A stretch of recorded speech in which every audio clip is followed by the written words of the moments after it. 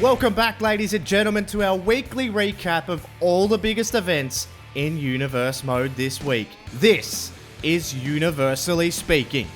Kicking off the show today, we have a look at Monday Night Raw and the honest interview given by Johnny Gargano this week.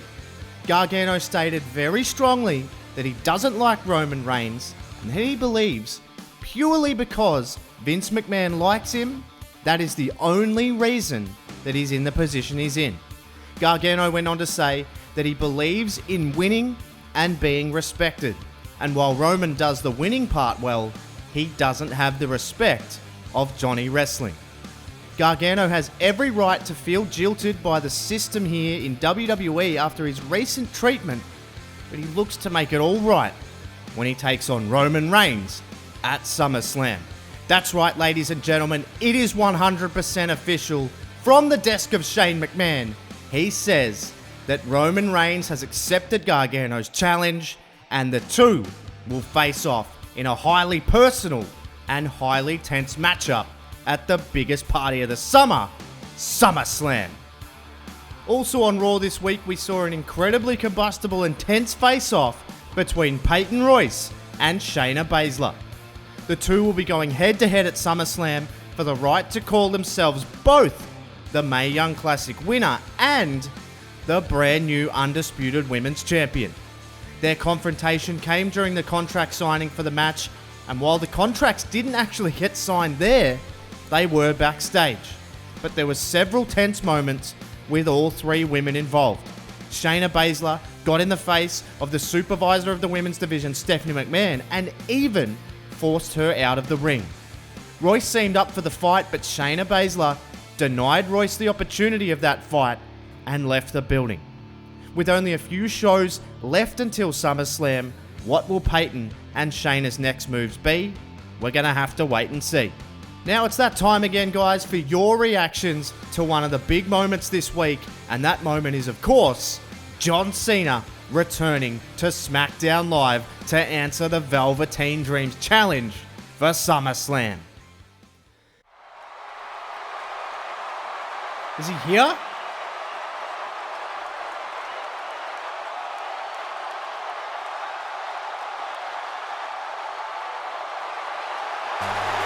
Oh yeah!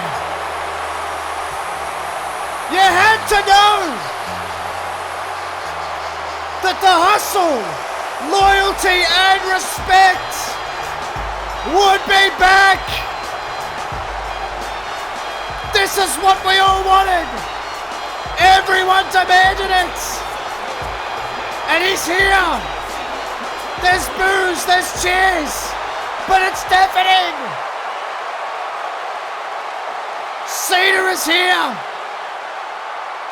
Cena and Dream in the same ring again. The crowd are on their feet. Does this mean it's yes? Does this mean John Cena is saying yes to SummerSlam? Cena hasn't said a word.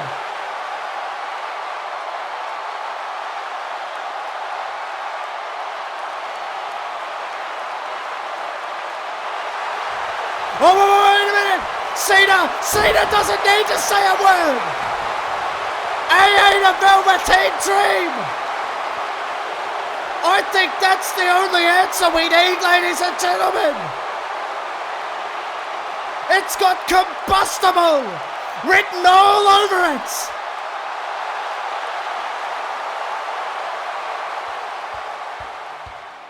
A highly combustible and riveting appearance from John Cena, and you guys certainly turned it up in the chat.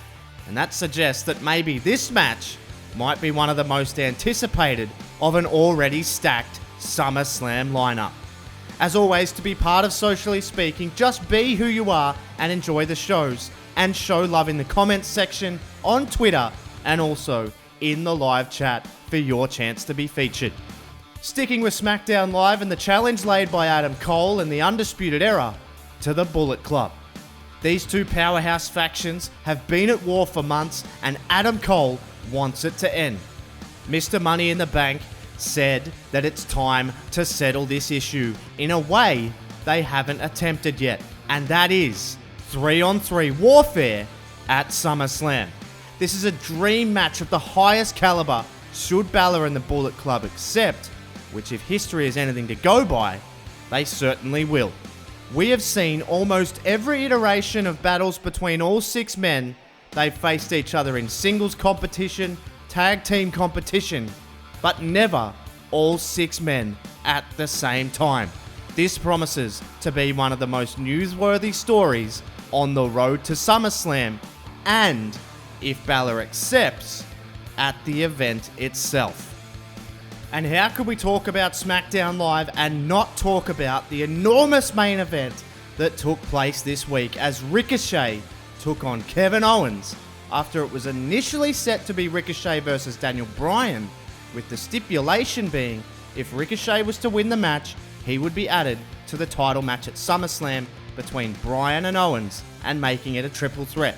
However, Eric Bischoff kicked off backstage, pulled Bryan from the show after revealing that the match at SummerSlam was already signed and couldn't be altered. EC3 was left in a difficult situation but was rescued by the WWE Champion Owens after he said he wanted to face Ricochet instead. But what would follow would be the most shocking. Ricochet was in full flight and looking to take flight again to the outside when the referee stepped in and stopped him in the heat of the moment. However, that's not the issue. The issue is that Daniel Bryan would actually emerge from the crowd, kneeing Owens in the head and sending him back in the ring. Now here's the controversial part.